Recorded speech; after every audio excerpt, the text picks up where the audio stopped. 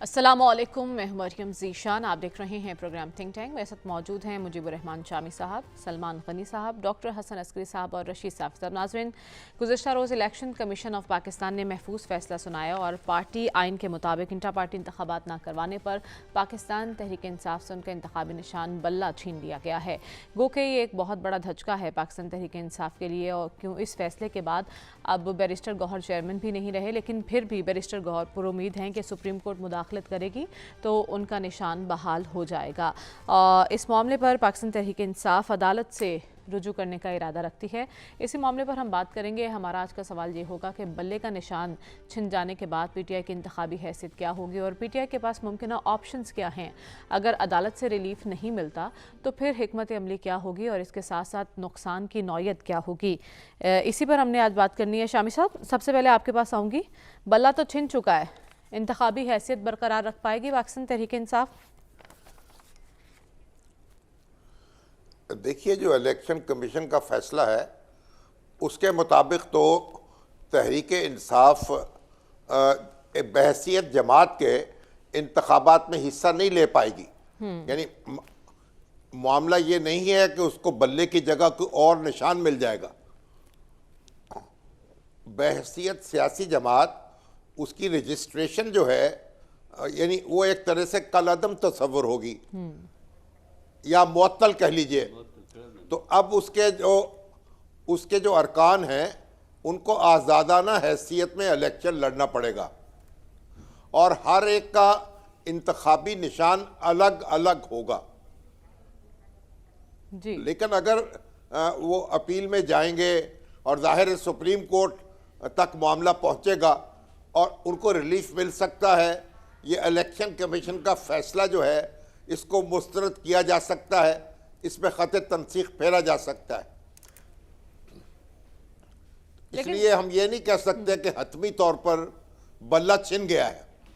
लेकिन अगर शामी साहब अदालतों से भी रिलीफ नहीं मिलता तो फिर क्या हिकमत अमली होगी पाकिस्तान तहरीक इंसाफ की? सब आज़ाद हैसियत में ही उतरेंगे तो नुकसान की नौयत क्या होगी फिर?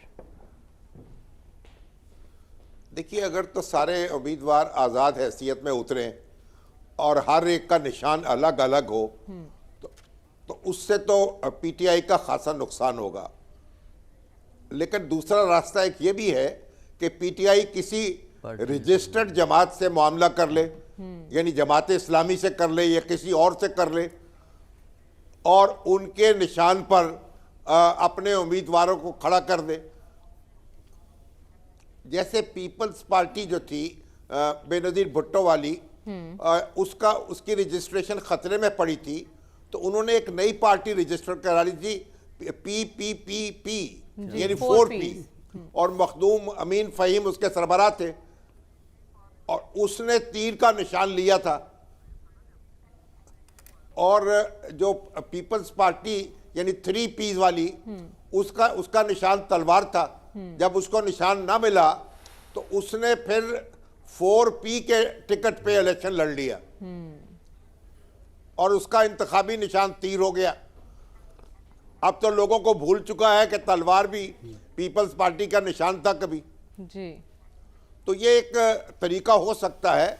यानी इस वक्त कई रजिस्टर्ड जमातें मौजूद हैं जो इलेक्शन कमीशन के पास सियासी जमात के तौर पर रजिस्टर्ड हैं, लेकिन उनकी कोई ख़ास फॉलोइंग नहीं है या कोई 5-7 सीटों के अलावा इलेक्शन लड़ने की पोजीशन में नहीं है। ऐसा एक ऑप्शन है शामी साहब जो आप सजेस्ट कर रहे हैं, शेख रशीद साहब की पार्टी भी मौजूद है, तो कितने इम्कानात रोशन है इसके कि ऐसा हो सकता है?